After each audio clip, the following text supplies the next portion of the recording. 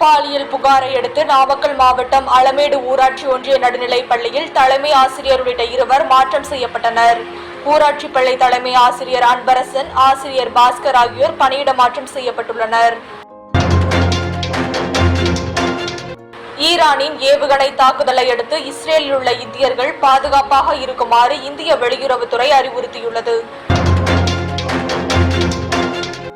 காஞ்சிபுரத்தில் மறியல் போராட்டத்தில் ஈடுபட்ட சாம்சங் தொழிலாளர்கள் 926 பேர் மீது 8 பிரிவுகளின் கீழ் வழக்கு பதிவு செய்யப்பட்டுள்ளது.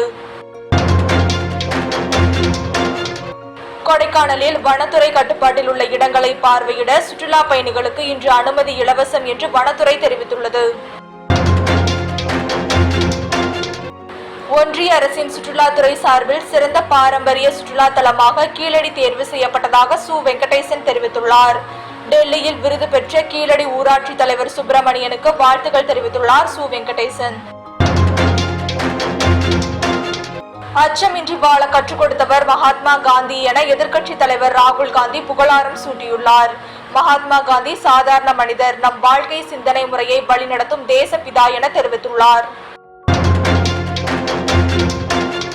ராமநாதபுரம் மாவட்டம் பரமக்குடியில் மாணவிகளுக்கு பாலியல் தொல்லை அளித்த புகாரில் ஆசிரியர் மீது போக்சோவில் வழக்கு பதிவு செய்யப்பட்டுள்ளது.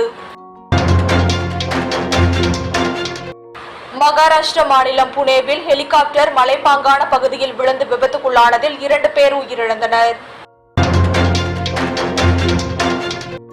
தூத்துக்குடி மாநகரில் அதிகாலையில் பெய்த மழையால் வெப்பம் தணிந்து குளிர்ச்சியான சூழல் நிலவுகிறது. ஏவுகணை தாக்குதலுக்கு பதிலடி கொடுக்கும் என்றால் முடிவு மிக மோசமானதாக இருக்கும் என ஈரானுக்கு பகிரங்க மிரட்டல் விடுத்துள்ளது இஸ்ரேல்.